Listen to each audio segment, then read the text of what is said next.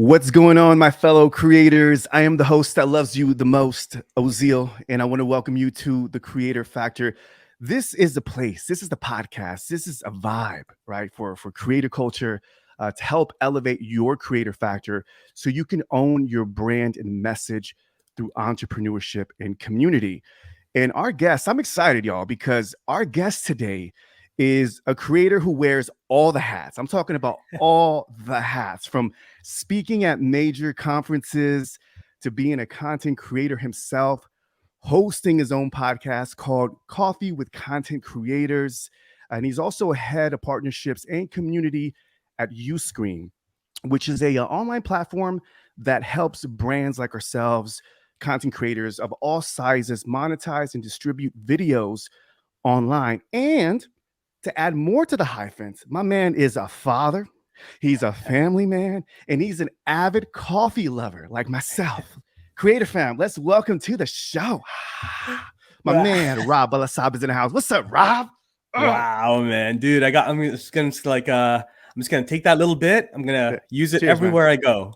Cheers, cheers. You can clip that. You know what I'm saying? Just give me a little. Yeah, we're good. Exactly. Oh, man, well deserved, brother. How you doing, man? I'm good, man, dude. Thank you so much, man. I mean, respect to you as well. I think me and you, we've been encircling each other for a while. We've done collaborations in the past, but much love to everything that you're doing as well, and just serving creators out here. You've been such a really just a strong voice of like positivity and just encouragement for other creators. So I love what you're doing.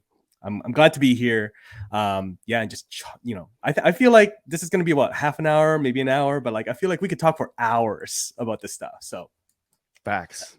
I feel like everything you just said right there, bro, I'm going to clip that for myself and make sure I use that to share it on social.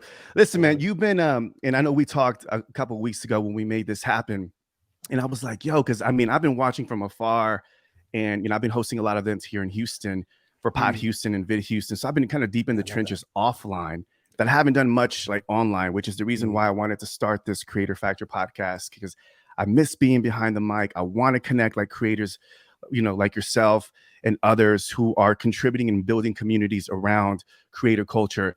You've been traveling, bro. I've been living vicariously through your content. Dude, you were at LL Cool J concert recently. I was like, look at my man. He was at Austin. Now he's watching LL Cool J, and you were in Austin recently, right? I was in Austin recently. I came through your town, man. I should have paid respects to the king of Houston, but I was only in the airport. I was there for like an hour, but I definitely want to get out to Houston. So let's make that happen. But yeah, it's been a season, man. This year, 2023, for the first half, I've been LA, Austin for South by Southwest. I was in Boise, Idaho, which was pretty cool, actually. Small town USA. I don't know if it is, but it's felt like it. Definitely smaller than LA in Boise. Was it for a creator conference out there? Yeah, it was for a ConvertKits conference. Yeah. Oh, snaps. Yeah, okay. It was dope, actually. It was a nice little and back to LA next week for or actually tomorrow for VidCon. And so busy, man. Yeah, man. I mean, it's we play online, same like you, but there's so much to be gained and to just experience in person. There's just nothing that beats, shaking somebody's hand, looking them straight in the eye and like, hey, nice to meet you finally, And yeah, so as the world has opened up in the last little while, we've been definitely, getting out to more conferences and more events and meeting our partners and stuff and doing those things. I'm curious, man. What's your hot take on live events? Because they've always been hot, right? I've been hosting meetups and live events for a minute here, and then COVID hit, and then it shut down. Everybody went virtual. But I was curious because I haven't been to too many conferences. I think I went to one podcast movement in Dallas, and I felt like people were still kind of getting used to like the networking. Like you could tell people were still kind of getting comfortable with socializing again. But you've been to a ton of conferences, bro. What's your hot take on live events post-COVID? I mean, is it on and popping now? Is it we back? Yeah, I feel like it's back. I feel like it's back. I feel like people want to get out. They want to see people.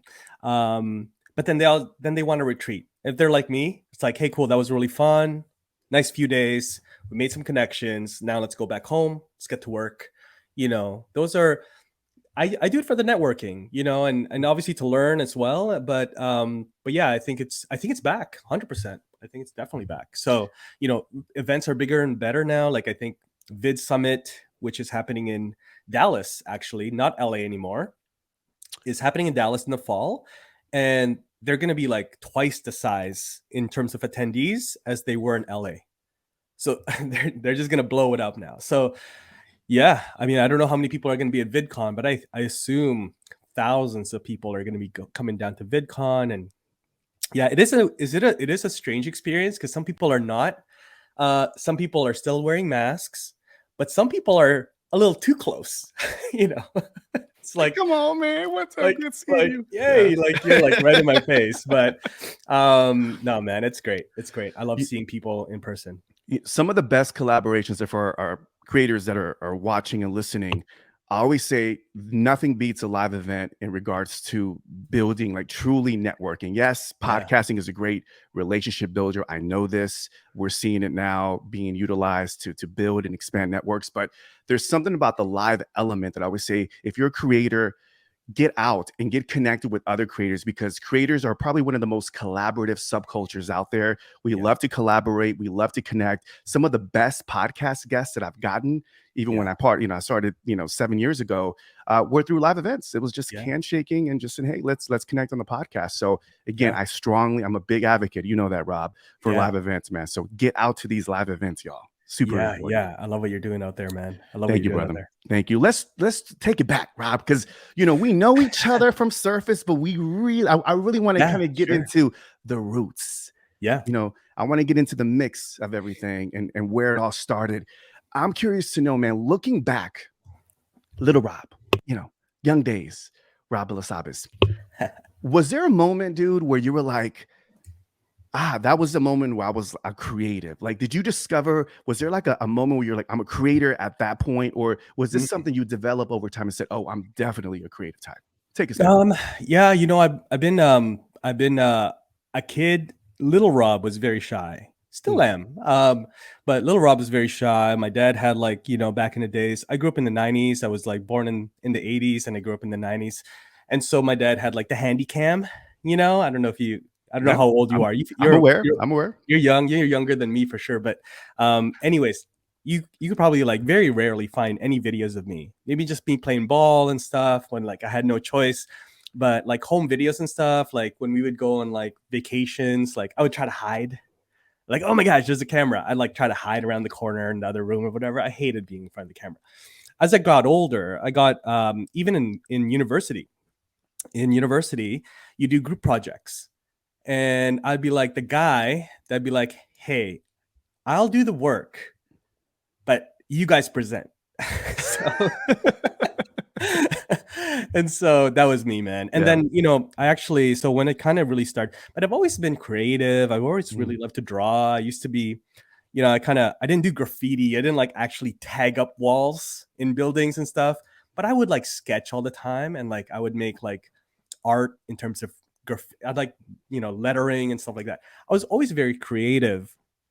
But in terms of what we do now, Oziel, in terms of work, it really like sparked when by necessity, when I was at Thinkific back when I joined Thinkific, I think around 2015, 2016. I was like, for those that aren't familiar, Thinkific is like an online course platform. It's a tech company. It's based here in Vancouver. And so, I was employee number 10 or 12 over there in the early days of Thinkific. So I joined the early days. I was in support. And then they're like, hey, like, I was like, hey, like nobody's running our Instagram. We should probably do some sort of stuff on Instagram. And so I would like volunteer to just run some of these social channels. Just, after work, I was commuting. I was like, it was downtown. So I would like take the subway back home to the suburbs. So like, hey, I'll like post a couple things on Instagram. And they're like, hey, Rob, you're doing that pretty well. Like, you want to run like Twitter? Hey, Rob, you want to run like our Facebook group? And so pretty good at this, right? Yeah. So like eventually I kind of like left the support team there and like joined the marketing team and then eventually the partnership team. And so when we did partnerships, and our partnerships there were like with influencers like Lewis House and all of these like influencers, started to notice that the way that they really worked together and the currency that they exchanged was like this attention. Like, hey, you come and do a live stream on our channel. All right, cool. You do, and then come back and you do a live stream on our channel. At the time, we didn't have anybody that was doing any of this stuff internally. We didn't have anybody that was a creator. And so I'm just like, okay, well, hey, Rob, you're the social media guy there. Like, why don't you like do some stuff like that? Like, so then eventually as we started live streaming, and that's when we started sort of the partnership things. So like, okay, cool. We'll invite different people. What we learned, Ozeal, and what we know now is that there's this reciprocity that happens, like, or, give first. Gary Vee talks about that, right? And so we're like, hey, why don't you, hey, Ozeal, why don't you come and do a live stream, talk to our audience, teach them about podcasting? Cool. No expectation, but most of the time, these influencers would invite us back to their audience and their community. And they're like, hey, Rob, thanks for doing that. That's really fun. Hey, why don't you come and join us, talk about courses and memberships inside my community? It's a hot topic. And so then I started really enjoying that creative side of creating videos and live streaming. I figured that there's a lot to learn. And so I'm the kind of person that like, I just want to understand everything about this. And I don't want to put this company that I work for, their content, their channel at risk. And so I'm like, okay, well, I'm going to create my own personal channel and I'm going to mess around there. I'm going to play around there. I'm going to try and figure this out there. And then I'll take it back to the, company that I work at, and then we'll do it right. And so that's where actually my YouTube channel started. I'm like, okay, we're working with a lot of YouTube creators. I don't want to mess around on the, the company YouTube channel. Mm-hmm. All right, I'm going to make my own. I'm going to get in the trenches with the people that we serve. And I'm going to put on the hat and put on the boots, just like you guys do, and be a creator and understand how you guys think, your pain points. And that way, A, I've got credibility. I understand you. And B, I understand exactly what you're going through, and the pain points, so that I know what we're trying to solve here. And so, I always felt really weird in the early days. Actually, I would talk on podcasts and I would talk about like, yeah, this is how you build a course, and this is how you do this, and this is how you do a YouTube channel. And it's all based on things that I heard. Like, I heard that you should. I read somewhere, and it felt really almost fake. It felt very fake. It didn't feel right. And so once I finally had my own channel, I learned those things. I could speak directly from my own experience. And so, yeah, that's the long story, long answer to your question. I love it, man, because I was going to go there because, you worked with Thinkific. You've also worked with TubeBuddy. Yeah. Now you're working with Uscreen. Shout out to Uscreen. Yeah. Yes. And, I'm curious to know, because most creators will they're solo creators and they'll start a podcast or a YouTube channel, or they've, written a blog post, and they kind of build and learn through that experience. I feel like you did it the other way around. You were creative, right? You talked about how you like to draw. Introverted, same thing, bro. I was the same way, very introverted, but I was super imaginative. I was very creative, dance, performance. I did all of that, but I was still kind of a closet creative. We're very similar in that. And then, but you did something where you actually started working with brands. So you had to almost kind of think and become a creator, get into the trenches, get the experience. So I'm also wanting to know, aside from partnerships and collaboration, excuse me, what are some other things that working with big brands like Thinkific and Uscreen, TubeBuddy, what has that taught you as a creator? What other skill sets have you learned that maybe other creators are currently, that you see we're struggling with, but maybe working with a big brand like those companies have helped you and expedite the process? That's a great question, man. It's a really good question. I think as a creator, you have to think, and this is actually it's a really good question, because it's actually kind of funny to me as you're asking this question, because the two worlds are really coming together. And not to say that like, hey, we were like kind of, ahead of the curve here, but at Thinkific, I really felt like a creator within a brand. Eventually, I was an employee and all that stuff, right? And I still am, but it was like I was a creator within a brand, and I didn't really know what to call it at the time, because I was trying to find other people like that at other companies, but at the time, most of the brands would leverage influencers. It's like, okay, cool. We need to create some content. We need to make something go viral, or we need to like do this or live stream. Let's contract out an influencer. Let's sponsor them and they'll come on.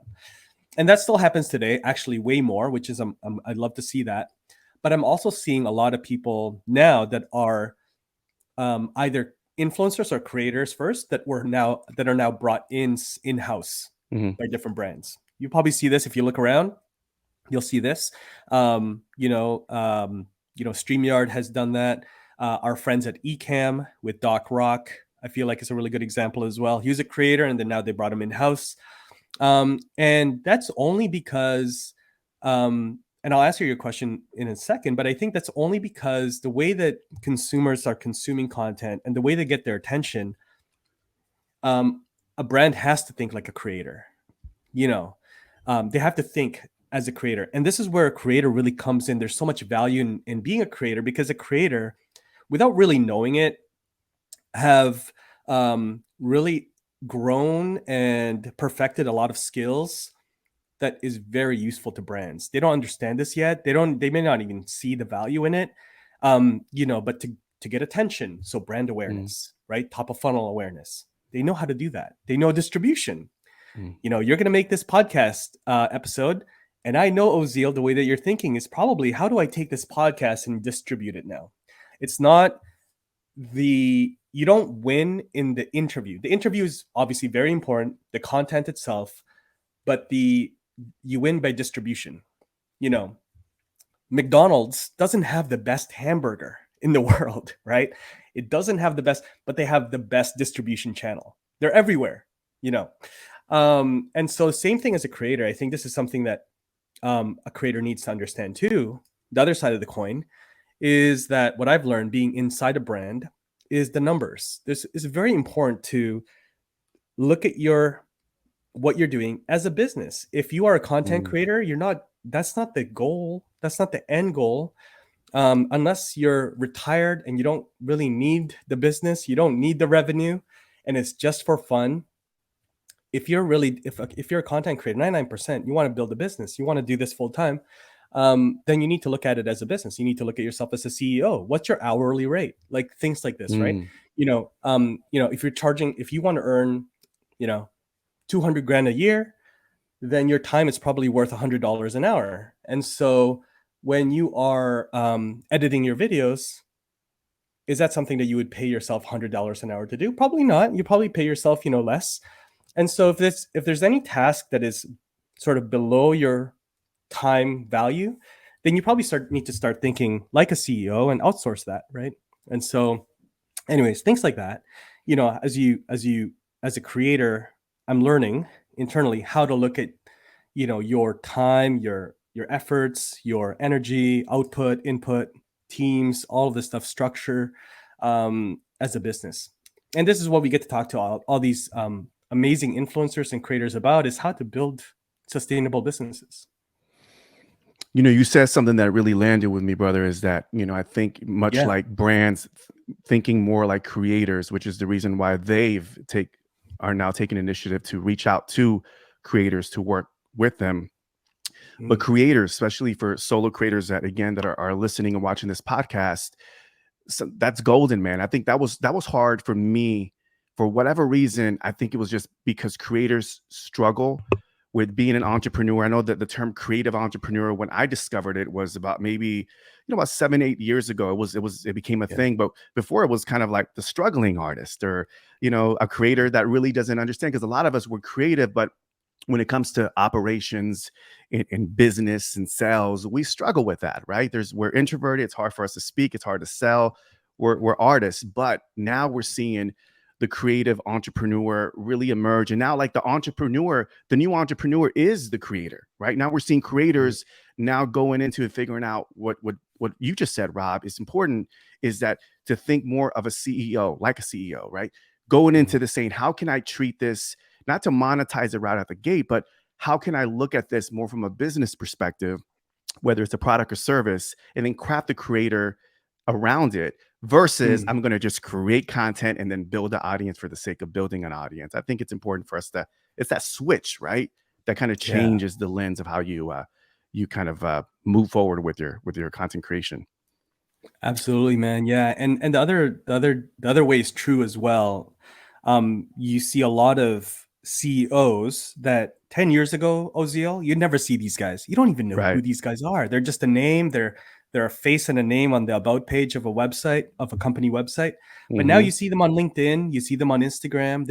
They're not the main face. Sometimes they are. If it's a bootstrap company, startup, they're the ones promoting, they're the ones talking about the products, they're the ones, doing the live stream interviews. um and that's the switch now. Mm-hmm. People want to have access, and they expect it. They expect to know, what is Uscreen, who are the team members here, um what do you guys like to do, and so and this is like also another thing with creators, is that um that's why there's these communities that are popping up, because people are like, I want to get to know Oziel more. Like, Mm.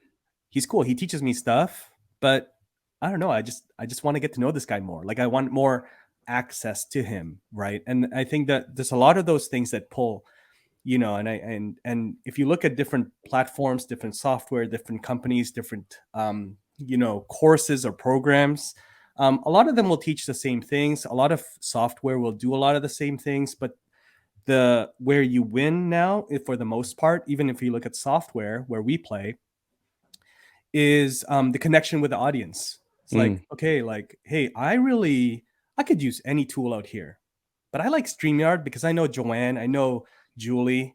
I like what they do. I'm in their community. They're helping me out with other stuff, not just like live streaming. They're helping me with like content creation and all this. And so I I just like to work with them. Like, there's no reason for me to move away. They have all the same features and very similar to like what I could find anywhere else. The price point is very similar. It's super competitive. And so where do we win?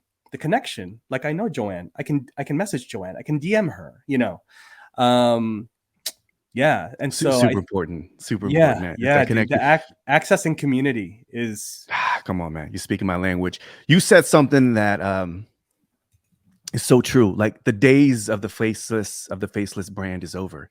oh, it's Like over. now, you know what it's over. It's we got brands, whether even I don't care what it is, it's B2B, SaaS, whatever it is, Yeah. brands have to step out. And the brands that are leveraging the power of human, meaning Mhm. that they are putting, whether it's influencers or they're building talent within, but the Yeah. days of really cultivating that within and creating culture centered around community and human focused content and deliverables, that right there is the new branding.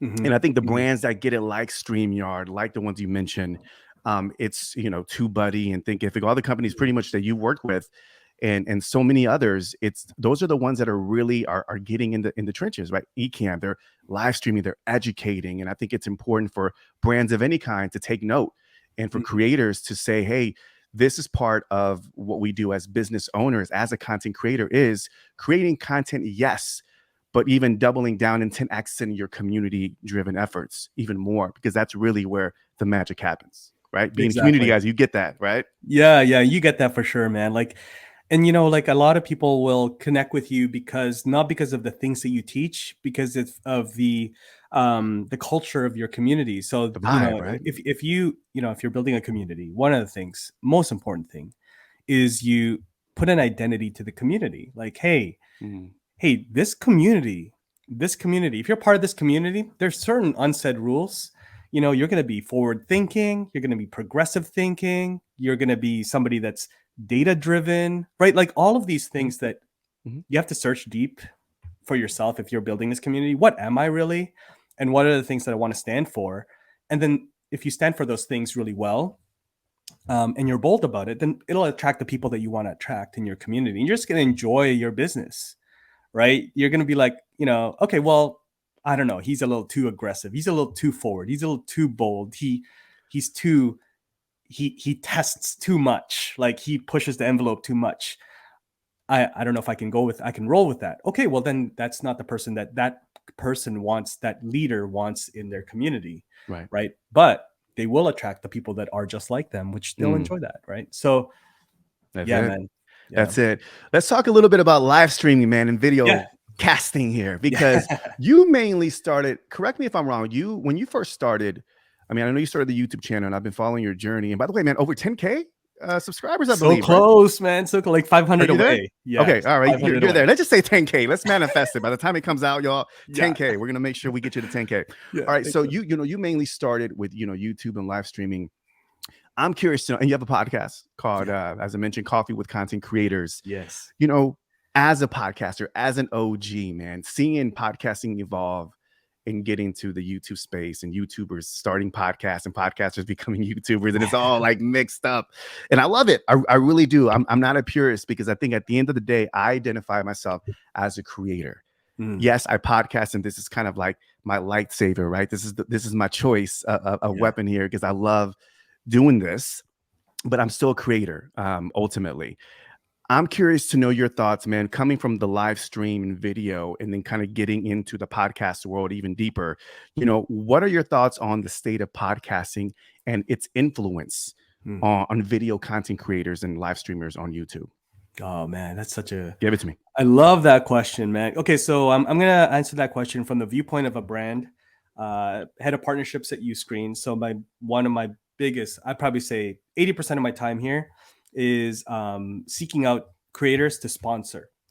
So that's question one. Who do I sponsor? Who do we sponsor? What kind of creators? Who's there in their audience?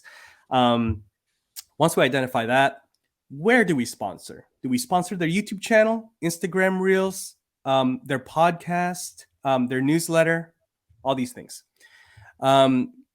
Initially, about a year ago, we didn't really want to look at podcasts because the nature of it, it's audio. Now there's video podcasts, just for a lot of different reasons. So we started with YouTube videos. All right, cool. Because that's based on data. That's where our best customers come from YouTube. So they're watching YouTube videos and then they're coming to us. They have a great experience, long lifetime value, all the good stuff. But now, as we start talking to our audience, our community, hey, where are you learning? Like, now that you're using us, now that you're using Uscreen, now you're building your membership, you're building your business. Where do you learn? Where do you go to like learn your business strategies? Because you're not stopping, like you're learning. Any good leader, any good entrepreneur is continually learning. They never feel like they're the smartest person in the room, and so they're always seeking out education, information, knowledge. Comes up all the time, man. Who are you listening to? Oh, we're listening to this podcast. We're listening to My First Million. We're listening to Colin and Samir on their podcast. Where do you listen? Cool. Spotify, but also YouTube. Hey, we're listening. We just play YouTube in the background. I'm working and I'm listening to the, and that's how they're learning. And so your question, I think the state of podcast is like, it's here. Like, I think it's here. I think you're going to see more podcasts popping up, more YouTube creators that are traditionally video first, with like their quick like videos on YouTube are going to be launching podcasts. There is this thing, Oziel, that as I talk to larger creators, there's this like desire for them to talk about specific topics deeper, right? And they can't do that on YouTube, man. They can't do that because the algorithm, like, watch time, retention, it's all forcing them. The game there is like quick chop, like edits, like cut scenes and stuff like that. And they don't have the chance to breathe and just like, let's talk about mental health, and they just can't. And they can't have conversations with friends and fellow creators. And so they're either going to say, I don't care, I'm going to do that anyway, or they're going to launch a news channel, or they'll just launch an audio only podcast or whatever, or Spotify with video. And they want to have that. They start to think about, and it's really weird, but as they mature, they want to like leave this legacy. I don't want to be, they're like, I heard this one creator, he's like, I don't want to be known for like the balloon pranks guy on YouTube. I have more to share than that, right? And so they gravitate to podcasts to express and document those conversations and that knowledge. They want to get it out there to the world. So long answer to your short question, bro. No, I love it, man. So you're predicting that we're going to be seeing a lot more video YouTuber content creators 100%. get more into podcasts even more, especially now that we know recently that YouTube has been announcing more and more that they are investing heavy into podcasting. So they are really, it's going to change the game for sure. And, one of the things that I was thinking, with podcasting, I think podcasting has always been like, and now we're seeing it more than ever because you mentioned some of the watch time, some of the issues that YouTubers are having with long form content. Podcast is the long form game in 2023, and I feel like it's a great play for video content creators, for YouTubers to go deeper and start building even more authentic, deeper relationships with their audience. And one of the things that has always attracted me about podcasting, Rob, is that you mentioned education and information, and I always say podcasting is information and education on wheels. And that's something that video can't take. Although I'm watching and listening actually more podcasts on YouTube. Funny I say that, but I am, but still when I'm going for a walk or I'm working out, I am plugging into the Apple Podcast or Spotify and I'm listening to podcasts. Even if I want to get access to Rob, if I can't sit there and watch you actively, passively, I'll put on a podcast. So I think it's important for content creators to at least consider. I know audios are like, just focus on audio only. And because the data shows that the listener retention rate is higher on audio versus video. Yeah. But I feel like, why not do both? If we have a platform to reach YouTube, which is, millions, billions of consumers, and we can do audio, I think being able to distribute the content, right? Distributing the same content in different formats and how consumers receive the content. I think it's important for creators to start thinking about that because it doesn't have to be heavy, because I'm not a video focused person. I don't have a lot of video editing skills, and this is a bit daunting to me, but I still know that there are people that are going to connect through YouTube only versus audio. So again, creators kind of start thinking about expansion because it's important. People, I think they both matter in 2023. They do, man. And on the business side, like you said, when you're listening to audio only, I do the same thing. Every morning I get up and the first thing I'll do is I'll get out, I'll go for a walk. And there's always a podcast. There's always like a rotation of 2 or 3 podcasts that I will listen to. And I just get to know, I get value for sure, knowledge wise, things that I can apply to my work and business. But I just get to know these guys. It's just like I laugh I'm like walking around my hood and I'm like laughing at a joke. It's like, look at, it's like I know these guys, but I also don't, but I feel like I do. And so there's this like connection that's building through the podcast that wouldn't happen on a quick 5-minute YouTube video,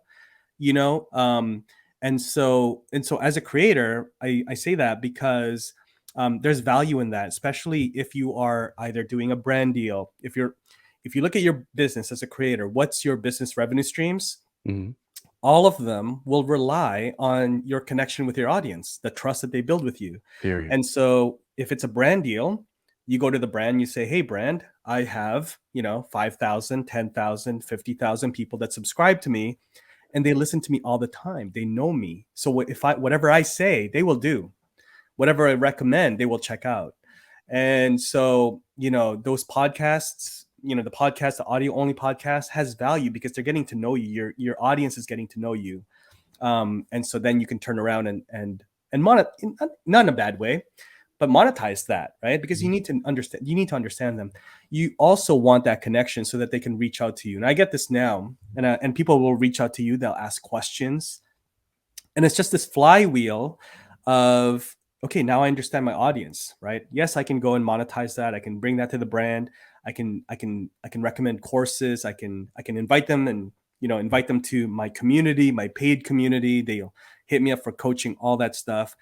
But also you get to know your audience because they'll send you messages, they'll comment, and then you understand the pain points and how you can serve them best. So yeah, no, man, the audio only podcast, even I didn't know that stat that you gave me, man. Like the retention is higher on audio only. So, and I believe like over 60% of listeners say that they're likely to purchase, like the purchase intent is higher on a podcast. For sure. Yeah, and they're like, I think it's like 67%. I may be wrong. It changes, but I believe it was pretty high. I think maybe even 70 purchase intention from listeners. If they have the host read ad, they're more likely to purchase from a podcast host. So it goes back to what you were saying. That makes sense. That if you build trust, if there's a host read ad, your listener is more likely to purchase from you if you mention it. So again, that's just the power of influence. in the power of podcasting. And I think we're going to continue, seeing that, moving forward. Let me ask you this, Rob. Yeah. We to switch it up here a bit, man. One of the things that I've observed from you, brother, and I just want to make sure that I acknowledge you for this, because as a family man, I feel like, just looking again from outside looking in, that I mentioned you're a family man, you're a creator, you have a day gig with Uscreen. I mean, you do all the things, man, and traveling, and it seems like you have a nice balance between creator life, work, and then doing all the other things, being a family man, right? How do you stay consistent, brother? For all the family, orient, all the family creators who are maybe possibly have a day job as well. How do you stay consistent in the content creation, as a creator, and juggling so many things, man? What's the secret, Rob? Yeah, man. You know what? I'm gonna give you a really personal answer. So my answer to that is, and there's all sorts of answers I could give you. Productivity tips. I block out my calendar, all this stuff. I have a really amazing wife that she's a stay-at-home wife, stay-at-home mom right now. For this season, we've got kids that are 9 and 13, and so we got two options. We can do the babysitting thing, or she can be home, right? And fortunately enough, we're blessed to be able to be able to do that. But my really personal answer to this, man, is like, I'm a believer, and so I take Saturdays off completely. Like, you'll not reach me on Saturday unless it's an emergency, unless you have my wife's number. But I shut my phone off. So Saturdays for us, we do Sabbath on Saturdays, and we just that's like my day. I recharge. I don't do any work. I don't check any work emails or anything like that. And so we've been doing that for a while now, and that has given me the time to recharge. Sundays, I'm back. I may start checking some emails on Sunday nights, and then we're back in the game, the whole week. We go hard, and then I try to shut it off, man. Honestly, I try to shut it off by 5, 6, and be, at least, even though I work from home, it's actually harder sometimes to shut things off when you work from home, because it's like, hey, I just got one more email. I just got, so like facts, big facts, yes. So yes. it's really important that I shut it off. Yeah. And my goal is like, I'm gonna be present by dinner time. I'm here. I'm with you guys dinner time. It's not, and honestly, man, that has been it. Like that, it's just creating that ritual, right? Just being very, very diligent about, being diligent about disciplining yourself and saying, this Saturday is going to be for me and my family. That's right. And then I think it's important. I think, because you're right. You said something that really resonated with me, man, because I've noticed, even working remotely, I've noticed that it's like, oh man, it's amazing, it's great. But I know that as a creator, entrepreneur, when you're building your business, and I'm consulting and doing all those things, I know it's hard. It's harder. Like, it's almost kind of like I miss having a day job, because like that 9 to 5, it's like that cutoff. But when you're working as a creator or in the creator world, it is hard to turn off that switch, because we're thinking of so many ideas, and we're reading a blog post, and we want to capture ideas. It's hard to turn it off for me. And that's why I asked, man, because I feel like a lot of creators, I believe, that has a lot to do with creator burnout. It's because we're always running the engine, and we don't know when to stop, and I think that causes creator burnout. I think that's one of the factors of why we burn out. So yeah, man. I see it all the time too, man. Like, I've seen some creators that over the years have walked away from massive channels. They're like million subscriber channels. Like, I can't do this anymore. There's a lot of weight that they carry, it's just like, it's so crazy. It's just, you could never, another thing I think is, like, it's really important to get to a point where you are content. Like this industry will eat you up if you're never content. You got to find a place where you strive, but you got to have some type of, whether it's a number, a revenue number, a lifestyle where you are content, or else there's always a new thing to chase. Bro, we're talking about 10,000, which is nothing, but there's always another milestone to chase. Hey man, you know what? I'm going to slow it down when I get to 50,000, 100,000. When you get there, you talk to anybody, they're always striving for the next thing. And that's great, man. I love, the work ethic that goes into that, a lot of respect for that. But you also got to just like, hey, you know what? I don't have to work all weekend, because you're just, it's going to eat you up, and you're always going to chase the next thing. And at sometimes, man, I've seen this really happen. It's like at the cost of what? At the cost of things that are much more important. At the cost of, your family, your kids, your marriage, bro. So it's really important to make sure that you also like find contentment in that, in what you're doing. What's been your biggest personal growth as a creator? My biggest personal growth, I would say, is just ability to do these things. I would be frightened to do a video and to talk to somebody like this. You've come a long way, man. Yeah, from that little shy Rob to being on video vlogging and what's going on? I'm like, oh man, shy little, come a long way. Yeah, Robin Manila, man. Like, so I think so just confidence. Would you say self-confidence? I would say probably some self-confidence. I think is probably the biggest growth above all that. So yeah. To wrap it up here, brother, again, we can go on and on and on, Rob. I want to talk to you about the LL Cool J concert you went to. Where's your love for hip hop? That'll be in part 2, man. We have to do a live stream on that one. I think that'll be fun. Yeah. For our content creators that are listening, man. Yeah. The show is called Creator Factor, and there's a lot of factors that contribute to being a creator, but the creator factor is an identity. It's an identity, it's a declaration, it's a vibe where we say, I have the creator factor. And you know what I'm talking, you're a creator, I'm a creator, and people watching and listening can identify with being a creator, having the creator factor. But man, if there's one creator factor that every content creator should learn, master, or at least understand, what would that be, Rob? I think this is, I was thinking about this, and it's good timing. I posted this thing on Instagram today, and it was really simple, 2 sentences. Competition happens at the bottom, and the people at the top are collaborating. I think that's it. I think that's really it.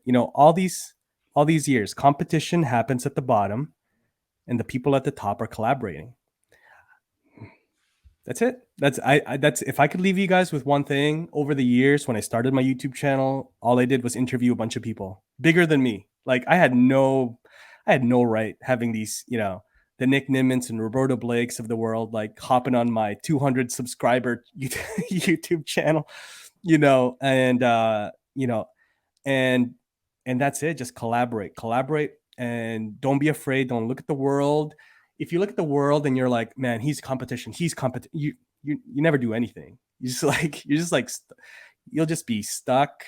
But if you look at the world where there is more than enough for everybody, because there is, and you're just like, hey, Oziel, you're a podcaster, and me too. I'm a podcaster. I'm helping people get on video and podcasting. You're not competition, man, because you do this and I do this, and we got different voices.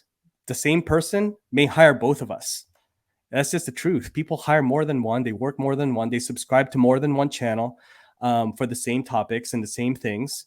And if you look at it that way, then just collaborate, and your growth will be exponential. And it won't be like one subscriber. It'll be like tens and dozens and hundreds at a time, if you do it that way. So competition happens at the bottom, and the people at the top are collaborating.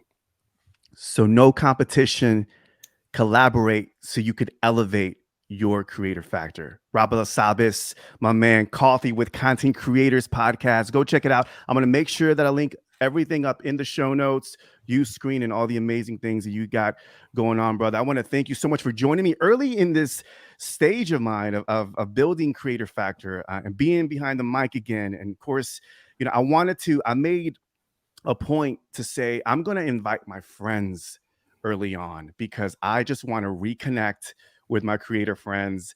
And I'm blessed and grateful of all the things that I've done in the past that I could just reach out and get yeses and be like, hell yeah. When I reached out to you, brother, you were like, let's do it. I'm in Austin. I'm like, how come you're not over here in Houston? I'm like, I'm gonna go ahead and forgive you. But and you were like, let's make it happen when I get back. So, brother, I just want to thank you so much for all the work that you've done and of course for saying yes to being a part of this podcast. So thank you, brother. I appreciate you. Anytime, man. Thank you so much for everything that you do, Ozil. Peace.